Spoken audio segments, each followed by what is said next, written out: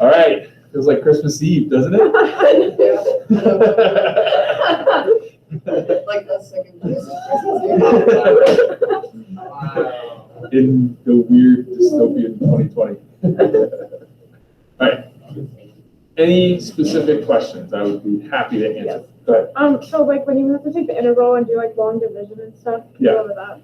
Sure, absolutely. All right, so you have something like the integral of something like 5x cubed minus 2x squared plus 7x minus 1 divided by x plus 3. Something like that. dx.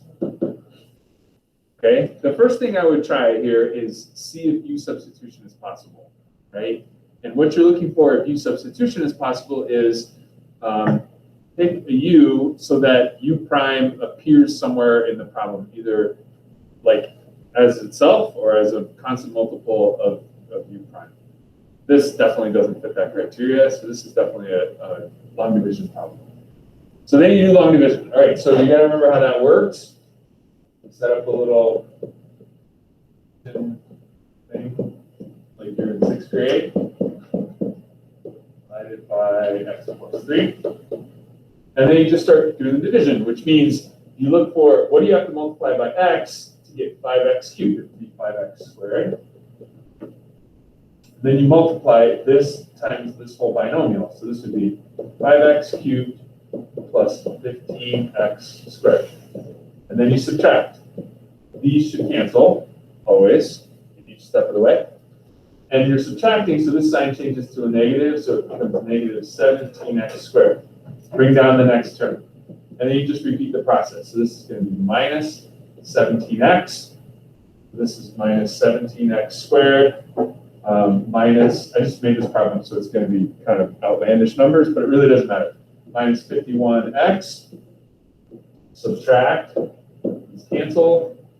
Again, you're subtracting, so this becomes plus, so it's 58x minus 1. So this would be plus 58. So now you have 58x plus 174. It'll probably turn out a little nicer if they do one like this. Negative 175. Okay, so now what you have done is you've written the original quotient as this is its quotient, and then this is the remainder. So you could write this as the integral of 5x squared minus 17x plus 58 plus, or minus 175 over x plus 3. This fraction is the same thing as this quotient and remainder. So now this is really easy to integrate. This is just going to be 5x cubed over 3 minus 17x squared over 2 plus 58x minus 175 ln absolute value x plus 3 plus c. And we're done. Does that make sense? Yeah. Any questions on that process? But always look for the possibility that it's really a u substitution problem, because you don't want to go through all this work if really like this is u and that's u prime and it all works out perfectly. Like that would be a waste of time. Okay.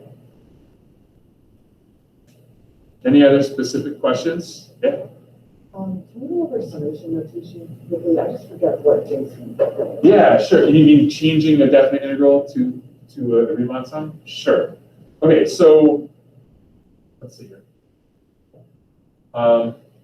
Let's do an example. So let's go both directions. Okay, so let's suppose you have a definite integral. The integral from 2 to 5 of sine of x squared plus 3 dx or something like that. Okay. Let's see if I can remember how to do this. Okay, so the whole idea here is the whole idea with changing a definite integral to Riemann sum is you're going to use a right Riemann sum, right-hand endpoint. Okay, so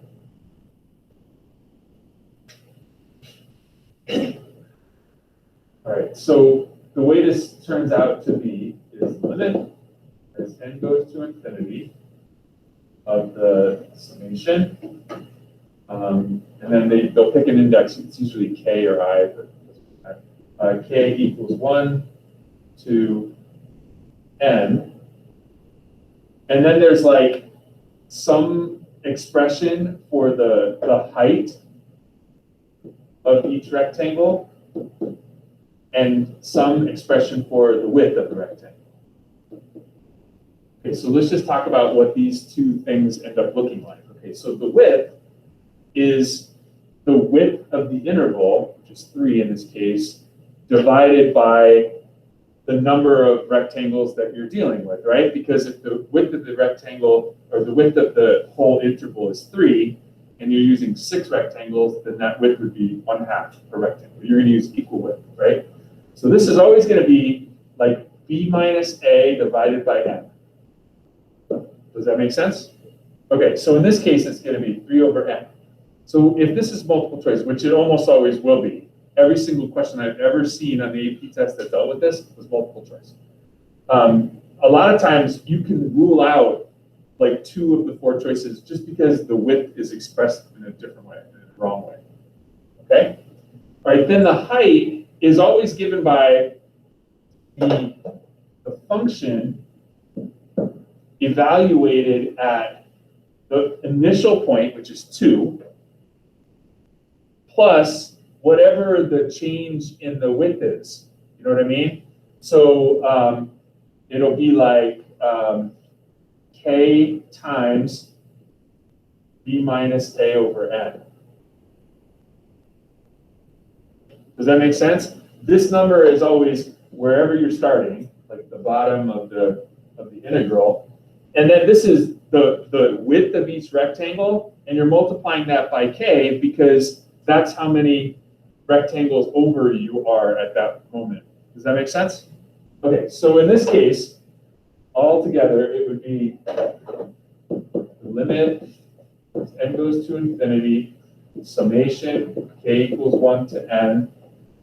It would be sine of 2 plus k times 3 over n,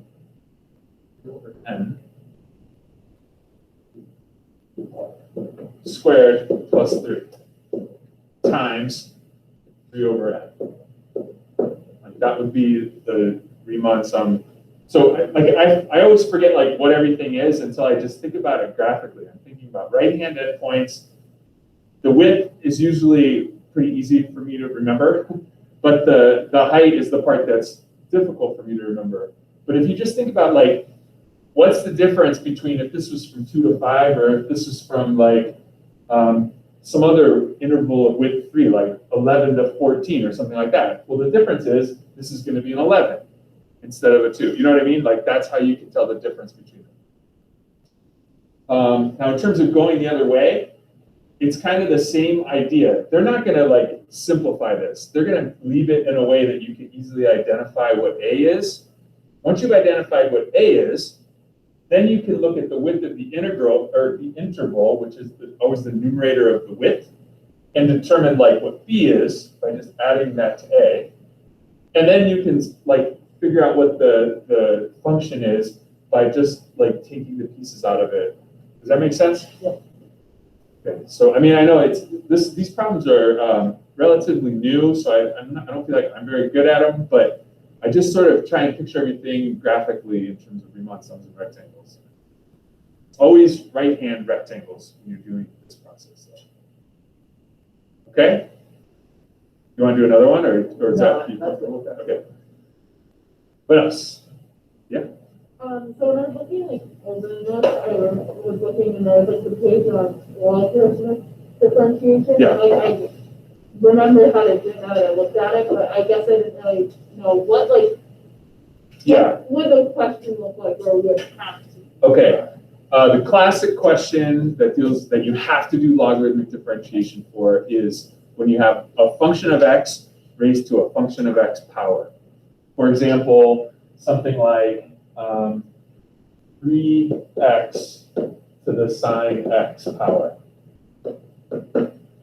And they'll say find y prime or something like that. There's no option. You have to do logarithmic differentiation to do this. It's possible to use logarithmic differentiation in place of product rule, the quotient rule sometimes, but you don't have to. Like you can get away with not ever having to do it that way. But in this case, you have to do it that way. Okay, so the process is to ln both sides. So you get ln y, and then this side can be rewritten as sine x ln 3x. You can rewrite the power in front.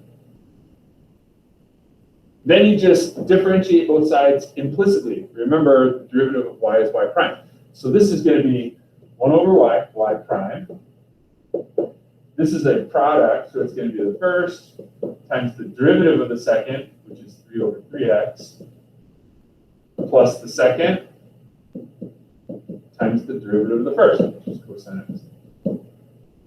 And now it's just solve for y prime.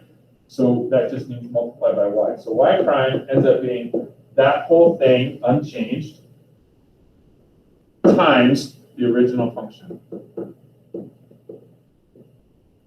So that's like a classic example. Whenever you have any function of x raised to any function of x power. So it might even be like y equals 5x squared minus 3x to the ln x power, or something like that. It's the same thing. It's a function of x raised to a function of x power, like u to the v.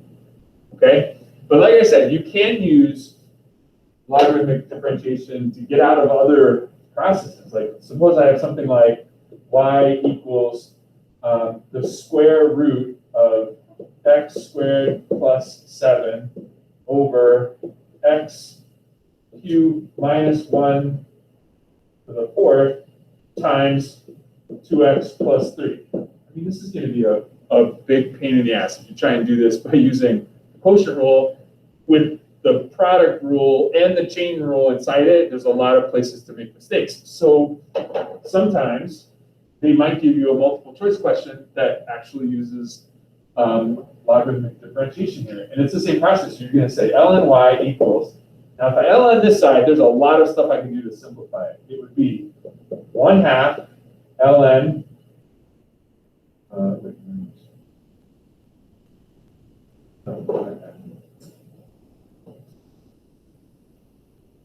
I took the ln of this whole side.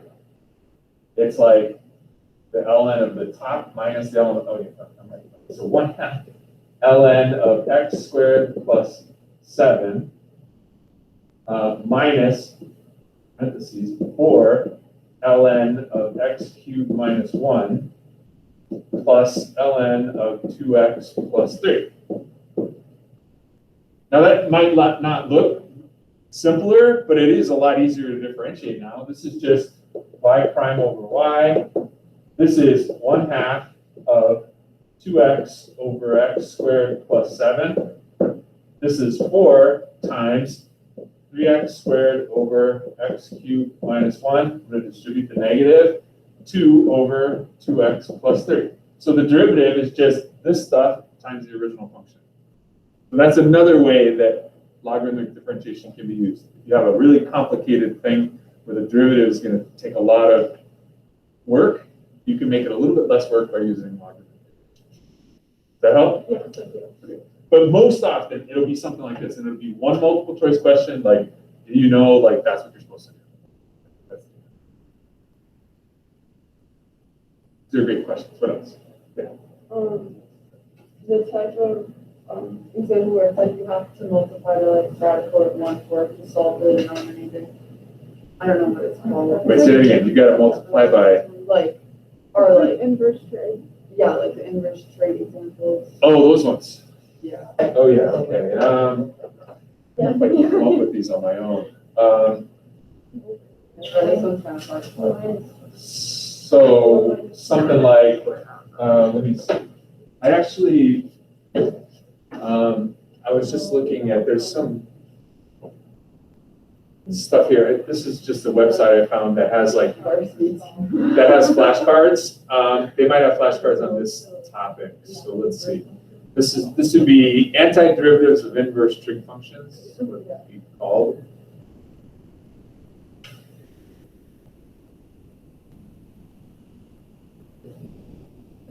And if I can't find it on here, I'll find an example.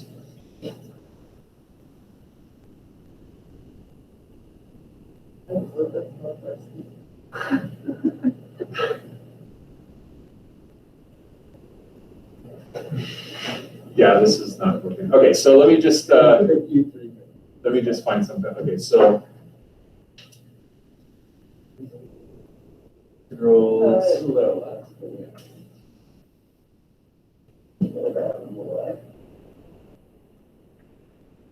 alright, so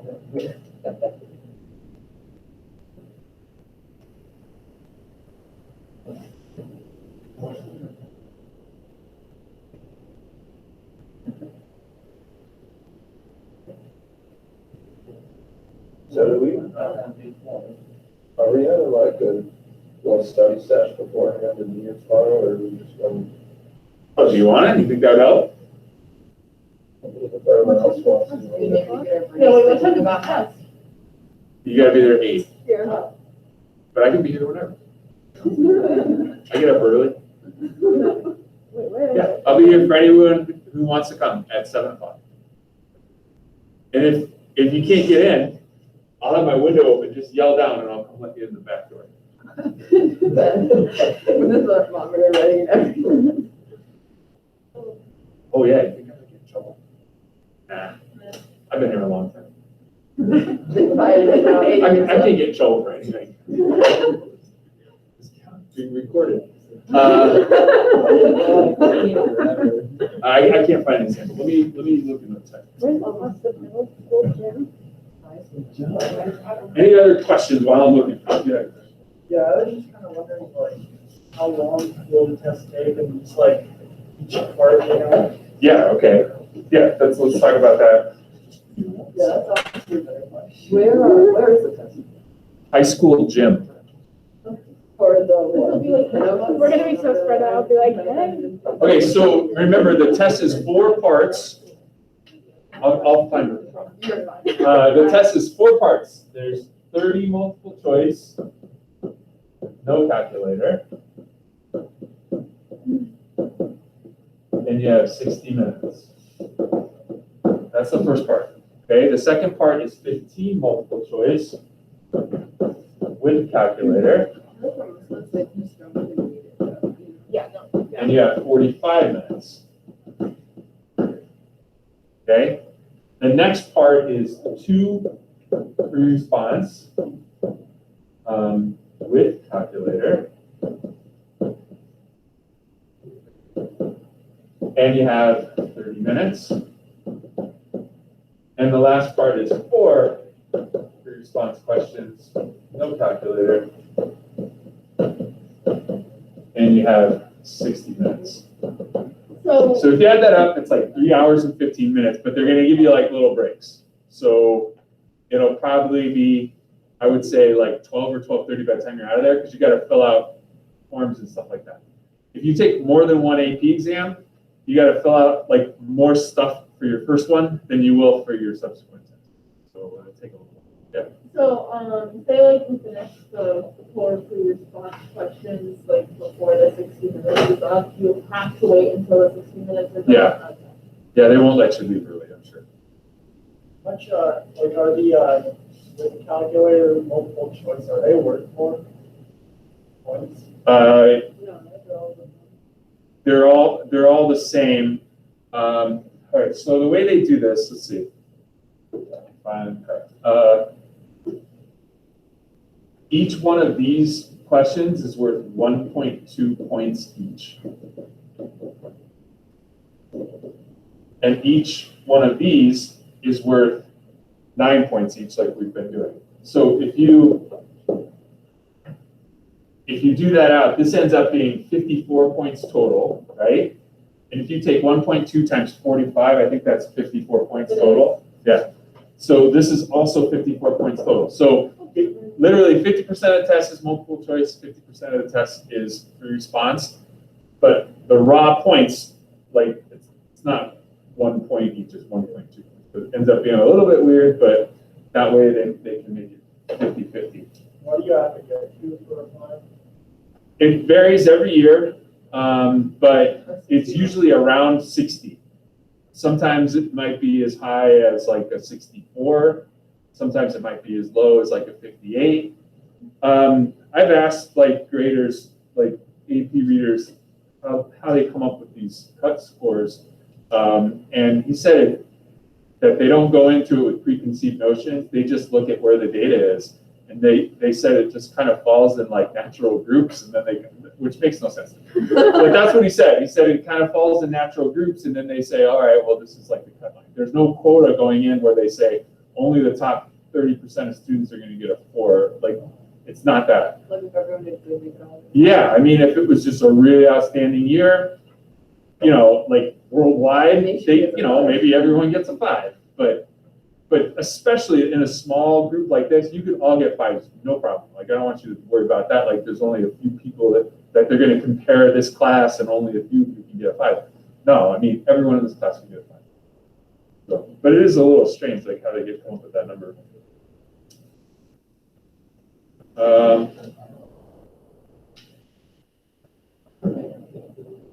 don't know why I can't find these types of problems.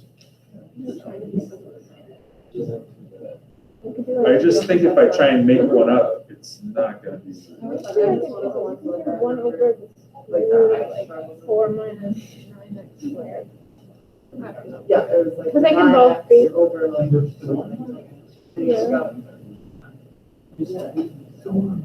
I know what you're talking about.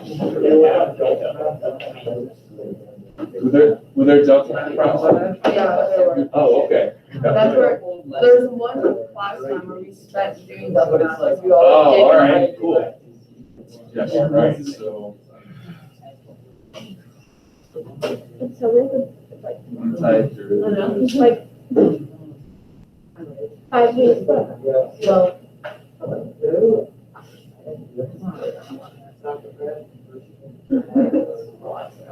Got this. Got him, okay, yeah, thanks, that was a good suggestion. Okay, so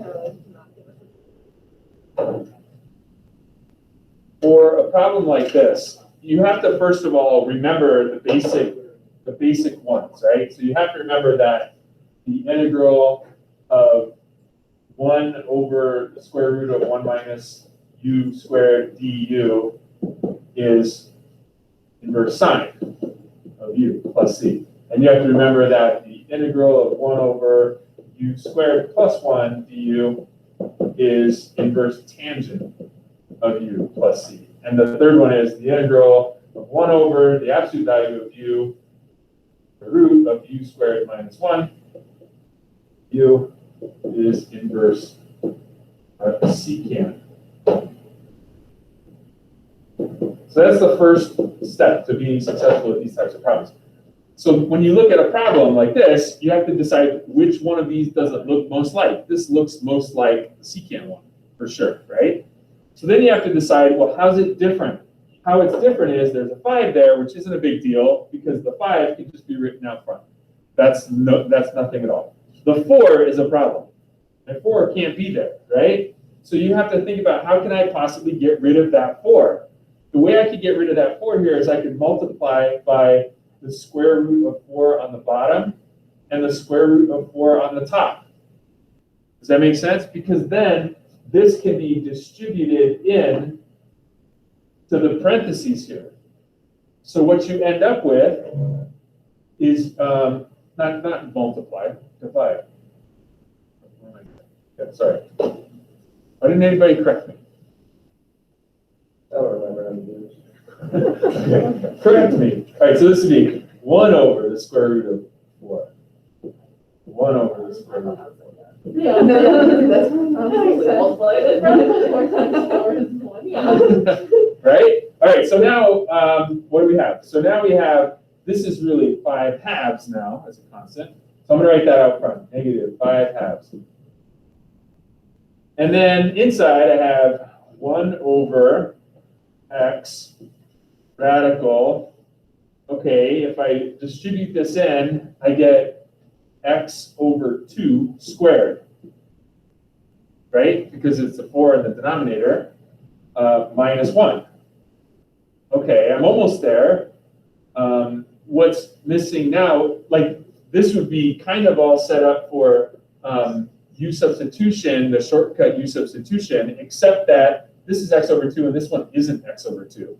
So I want to kind of fix that so that it matches up, right? This has to be u and that also has to be u. So that doesn't work. So I'm going to multiply this by 1/2. And then I'm going to multiply this by 1/2. Does that make sense? So this ends up being now negative 5/4 integral of 1 over x over 2 times the square root of x over 2 squared minus 1 dx. So it's negative 5/4 inverse secant of x over 2 divided by 1/2 plus c. Am I wrong? No, Thank you. So 5/4. I don't plug it into Delta 5/4 times 2, right? So like divided by half is like times 2. So this would be like 5/2. So I have negative 5/2 secant inverse x over 2 plus c. I think that's the answer. Let's see. So we have negative 5/2 times, how do you do this? Is there, can you use this calculator? You can just write it.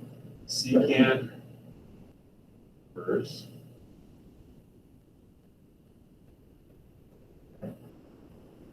Over 2.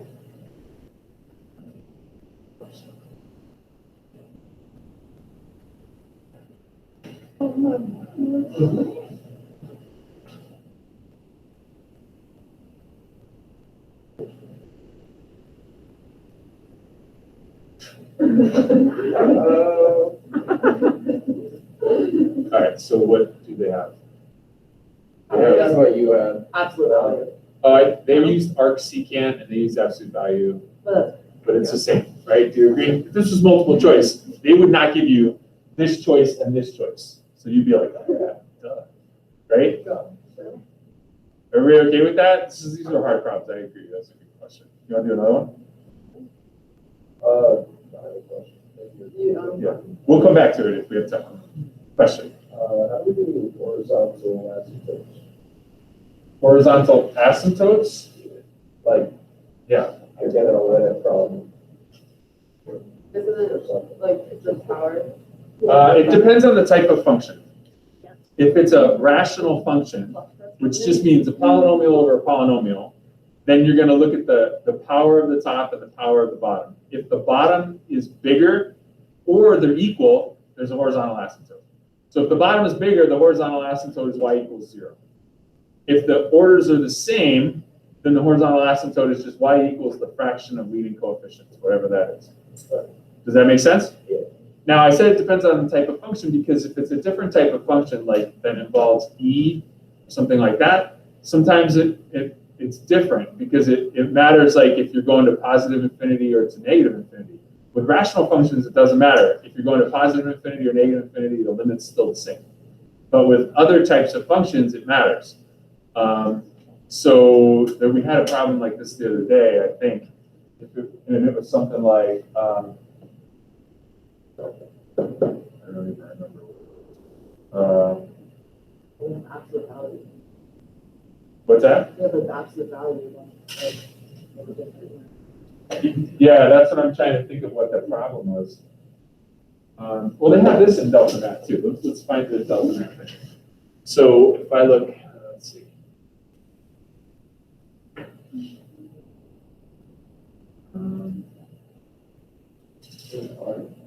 I don't remember what it was called. Actually, I think it's just in limits. Just kidding. Limits to infinity. Oh yeah, okay, something like this. So in a problem like this, well, okay, so asking the question, where's there a horizontal asymptote, that's the same thing as asking a question, when is the limit as x goes to infinity finite, right? That's the same thing. So a question like this is, even though it's not asking about asymptotes, you can sort of draw the connection. Okay, so in a question like this, they want you to know what the limit is x goes to infinity is of this. So in this case, what you're looking for is just like relative orders of magnitude. Remember, like in general, ln of something is less than a polynomial, which is less than like e to something. Like that's the general like order of magnitude that we're talking about. Why is that not erasing? So in this case, the top is growing really, really fast, and the bottom, even though it's x to the 37th power, it's not growing as fast, right? So in this case, this limit would be, it doesn't exist. It goes to infinity, right? This answer would be positive infinity. Does that make sense? So there wouldn't be a horizontal asymptote. If I look at a different type of problem, let's see if there's one that's. Yeah, this one, the answer would be -3/2, would be the horizontal asymptote, right? This one would be 1, right? Because the ln, it grows, and this is not as big as a polynomial piece, okay? What's the problem? With that last one, wasn't the other power big? Or no, it was smaller. So this one, it would be -5, right? Not really coming up with examples that I thought I would. In this case, the top, an exponential is definitely bigger than this, so this would be, it's going to infinity. Does that make sense? Let me see if there's a different type of problem in another. Oh, okay, these ones also can be a little bit misleading because sometimes they'll just ask you, what's the limit as x goes to infinity, okay? Now, normally what you would do is you'd look at the highest power of x that appears in the top and bottom. Now, if you're square rooting, you got to think of this leading term as really like 8x cubed. So you'd be tempted to say that this answer is 8/10 or 4/5, right? You'd be right. but yeah, what if it was this? What if it was that? You would still be tempted to say the answer is 4/5, but in this case, it actually wouldn't be. What would it be? It would be -4/5, because if you substitute in a negative number, this top is always positive because it's a square root. The bottom, a big negative number is going to make that negative. So the bottom is actually going towards like -10, and the top is going towards +8. So this is an example where they might try and confuse you by getting square roots involved, because square roots are always positive, and it actually matters if you're going to positive or negative infinity. Does that make sense? So this would be a function that actually has two horizontal asymptotes, 4/5 and -4/5. Okay? Am I addressing the question okay, or do you? Yeah, you tell me everything. Okay, all right. So just generally look for orders of magnitude, which if they're polynomials, that's easy to compare. And if they're not polynomials, just remember exponentials are always bigger than polynomials, no matter what they are. And logarithms are always smaller than polynomials, no matter what they are. Just picture the shape of the graph, you know? Thank you. Yeah. So ones where they might try and confuse you involve square roots and e, because those are the ones that it's like going towards different things depending on whether you're going to positive or negative. Those are the ones where they try and trip you up. All right, what else? Want to do another one of those? What's that? So we play games for the rest of the year. Yeah, we're just gonna do whatever you guys want.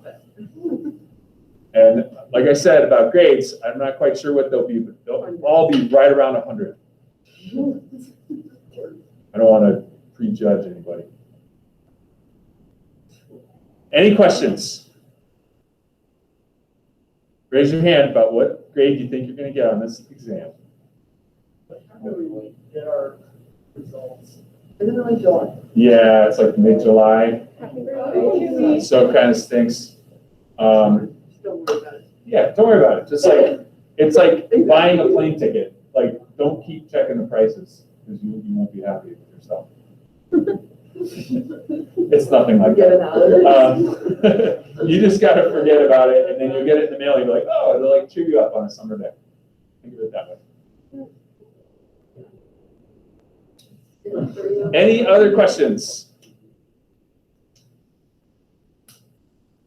You guys are gonna do great. I'm gonna stop recording. I feel like it's not tomorrow. I know, it's so weird.